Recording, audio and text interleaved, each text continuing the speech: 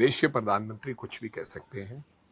पहली बात, देश के अंदर कहते हैं कि 70 साल कांग्रेस पार्टी ने राज किया है। क्या कोई व्यक्ति और क्या कोई जाति ऐसा महसूस करती थी कि उनके साथ अन्याय हो रहा है?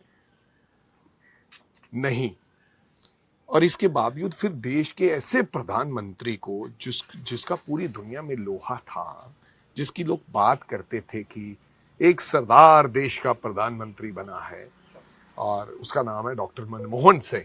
और मेरे को याद है कि ओबामा जैसे लोग उनसे उनसे सीख लिया करते थे कि जब मंदी का दौर था कि दुनिया में, पूरी दुनिया में मंदी है, विकसित देशों में मंदी है, लेकिन आपने हिंदुस्तान को इस मंदी से कैसे बचा के रखा है, उसके बारे में टिप्पणी करना, जिनका जीवन मैं समझता हूँ बिल्कुल लोगों के सामने था, जिनका जीवन मैं समझता हूँ कि उनका बस नहीं चलता।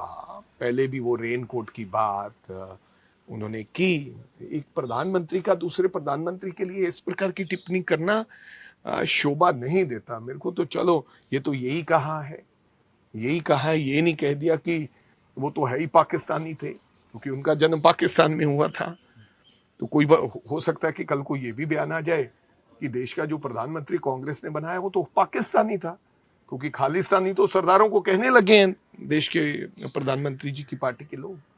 तो मैं समझता हूं कि चुनाव का मौसम है, देश के प्रधानमंत्री कुछ भी कह सकते हैं, क्योंकि पिछले 10-12 दिन में जो देश का माहौल बदला है, लोगों को लगने लगा है, उनको भी डर लग रहा है कि इंडिया शाइनिंग की तरह जो वाजपेयी जी की समय हुआ था ऐसा होने वाला है।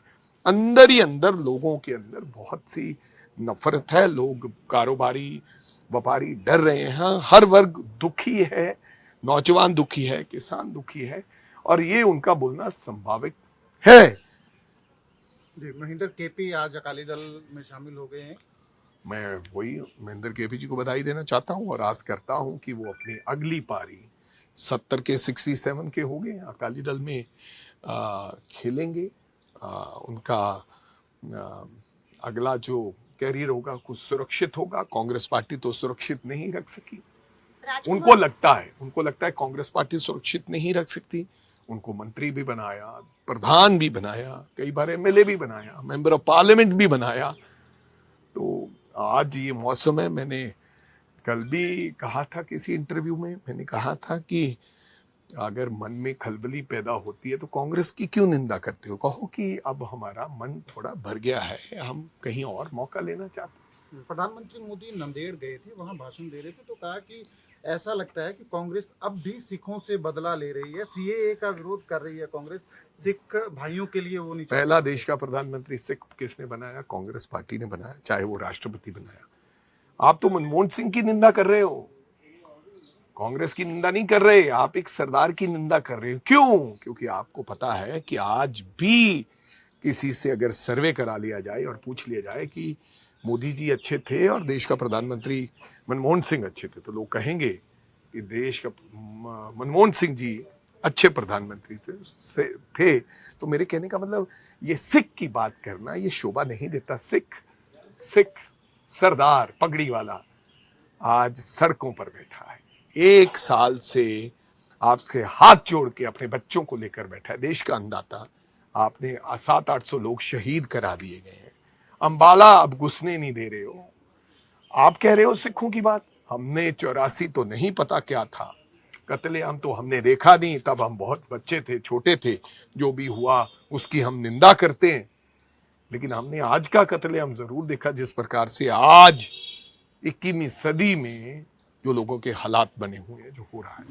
लिंग साहब, कल मीटिंग हुई है, आपकी दूसरी लिस्ट कब तक आ जाएगी, क्या संभावना है, कब आ जाएगी? जल्दी आ कितनी महिलाओं को शामिल? जल्दी आ जाएंगी। हम हर जाति को, हम हर मैं समझता हूं कि जेंडर को उसमें महत्वता देंगे, और जितना महिलाओं का हिस्सा बनता है वो हम उसका जरूर ध्यान रखेंगे। साहब, एक आपने तो कुछ दिन पहले ट्वीट किया था। सर, आपने कहा कि हम महिलाओं को भी देंगे, लेकिन बाकी पार्टी में भी इतना नहीं लगता है कि कांग्रेस तो मैं क्या कह रहा हूं कि बनता हिस्सा महिलाओं का, क्योंकि महिलाएं के बिना घर तो अधूरा है ही है, ये देश भी अधूरा है। अगर महिलाएं ना होती तो ये देश ना होता। तो हमने केवल नारा नहीं दिया है, श्रीमती सोनिया गांधी ने जो कहा था 33% रिजर्वेशन की बात की थी, हम वो करते भी हैं। और जब लिस्ट आएगी आपको ये पता चलेगा कि महिलाओं को भी महत्वता हमने दी गई। राजकुमार चब्बेवाल ने कुछ दिन सर, पहले- सर, राजकुमार चब्बेवाल ने कहा कि कांग्रेस में न तो डिसिप्लिन ना है और ना पे वहाँ पे किसी को इज्जत दी जाती है और लीडरशिप में तो कुछ है ही नहीं है, जिसकी वजह से सब लोग छोड़ छोड़ के कांग्रेस को जा रहे हैं। 16 साल से मैं, चब्बेवाल जी मेरे बड़े भाई हैं, मैं उनको कुछ नहीं कहना चाहता। मैंने कल कहा था इंटरव्यू में भी, एक पंजाबी में कहावत है, मेरा चित्त बेईमान हो गया, यानी कि मन बेईमान हो गया। उनको, चब्बेवाल जी आपका मन बेईमान हो गया, कहा कांग्रेस की निंदा क्यों कर रहे हो, जिस पार्टी ने आपको 3 बार एमएलए बनाया, तब भी इनडिसिप्लिन तो था, तब आप क्यों बने एमएलए? आपको डिप्टी सीएलपी बनाया, आपको मेंबर ऑफ पार्लियामेंट लड़ाया, अब कैसी बात होगी? ये इनडिसिप्लिन तो उससे पहले था, इनडिसिप्लिन था 2022 में, तो फिर आप चुनाव क्यों लड़े? अब 2000 चुनाव में कहना था कि आपकी पार्टी में इनडिसिप्लिन है, मैं कहीं और जा रहा हूं। आप ये सीधा करो कि मेरा मेन मन है जो बेईमान हो गया है, तो इसलिए मैं पार्टी छोड़। कुछ दिन आपने एक ट्वीट किया था कंगना रावत के खिलाफ कि पंजाब के लोग, किसान उनका विरोध करे वहां पे जाके, उसके बारे में आप क्या कहना देखो, चाहेंगे? एक- क्या लोगों को आपने अपील की है देखो, महिला होने के नाते मैं उनका सम्मान करता हूं जो, लेकिन उन्होंने सारी मर्यादाएं तोड़ी और जिस प्रकार से उन्होंने सिखों के बारे में, सरदारों के बारे में और किसानों के बारे में टिप्पा टिप्पणी की, मैं ये पंजाब के और देश के पंजाबियों को ये गुजारिश करूंगा, नॉन पंजाबियों को भी गुजारिश करूंगा, हिमाचल भाइयों को भी गुजारिश करूंगा कि कंगना को वोट मत देना, पहले उनसे माफी मंगवाना, फिर उनको हरवाना और फिर उनको बताना कि अगली बार जब चुनाव लड़ोगे तो फिर आपको वोट डालेंगे, क्योंकि जिस प्रकार की आपने शब्दों का इस्तेमाल किया देश के अन्नदाता के लिए, वो ठीक नहीं था। ऐसे लोगों को सबक मिलना चाहिए। ਵੜਿੰਗ ਸਾਹਿਬ ਬਠਿੰਡਾ ਸੀਟ ਨੂੰ ਲੈ ਕੇ ਬੜਾ ਕਿਹਾ ਜਾ ਰਿਹਾ ਵੀ ਜਾਣਬੁੱਝ ਕੇ ਛੱਡਤੀ, ਉੱਥੇ ਕਮਜ਼ੋਰ ਕੈਂਡੀਡੇਟ ਦਿੱਤਾ ਜੀ। ਇਹ ਤਾਂ ਯਾਰ ਹੁਣ ਗੱਲ ਲੋਕਾਂ ਨੇ, ਮੀਡੀਆ ਨੇ ਤੇ ਆਮ ਲੋਕਾਂ ਨੇ ਚਲਾਈ ਰੱਖਣੀ ਹੈ। ਜੇ ਮੈਂ, ਉਹ ਪਹਿਲਾਂ ਕਹੀ ਜਾਂਦਾ ਸੀ ਮੁੱਖ ਮੰਤਰੀ, ਉਹ ਕਹਿੰਦਾ ਸੀ ਇਹ ਧਰਮ ਪਤਨੀ ਆ, ਹੁਣ ਪਤਨੀ ਨੂੰ ਟਿਕਟ ਦਿਵਾਉਣ ਨੂੰ ਫਿਰਦੇ ਆ।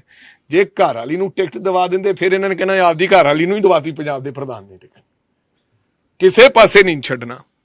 ਤੇ ਜੇ ਸੈਕਰੀਫਾਈਸ ਕੀਤਾ, ਉਲਟਾ ਇਹ ਕਿਹਾ ਕਿ ਆਮ ਲੋਕਾਂ ਨੂੰ ਅਸੀਂ ਤਾਕਤ ਦਿਆਂਗੇ ਆਮ ਲੋਕਾਂ ਤੋਂ ਲੈ ਕੇ, ਤੇ ਇਸ ਗੱਲ ਨੂੰ ਉਲਟਾ ਸ਼ਲਾਘਾ ਕਰਨੀ ਚਾਹੀਦੀ ਹੈ ਕਿ ਪਹਿਲਾ ਪ੍ਰਧਾਨ ਹੈ ਜਿਨੇ ਕਿਹਾ ਕਿ ਨਹੀਂ ਮੈਂ ਧਰਮ ਪਤਨੀ ਨੂੰ ਚੁਣਾਵ ਨਹੀਂ ਲੜਾਂਗਾ। ਹਾਲਾਂਕਿ ਧਰਮ ਪਤਨੀ ਡਿਜ਼ਰਵ ਕਰਦੀ ਸੀ, ਹਾਲਾਂਕਿ ਧਰਮ ਪਤਨੀ ਦਾ ਨਾਮ ਸਭ ਤੋਂ ਨੰਬਰ 1 ਸੀਗਾ, ਪਰ ਹਾਂ ਬਿਲਕੁਲ, ਤੇ ਇਹ ਕਿਹਾ ਗਿਆ ਕਿ ਮਜ਼ਬੂਤ ਕੈਂਡੀਡੇਟ ਹੈ, ਪਰ ਮੈਂ ਫਿਰ ਕਿਹਾ ਕਿ ਨਹੀਂ, ਆਮ ਲੋਕਾਂ ਨੂੰ ਅਸੀਂ ਮੌਕਾ ਦੇਵਾਂਗੇ, ਲੜਾਂਗੇ ਯਾਰ, ਹਜੇ ਕੋਈ ਭੱਜ ਥੋੜੀ ਚੱਲੇ ਆ।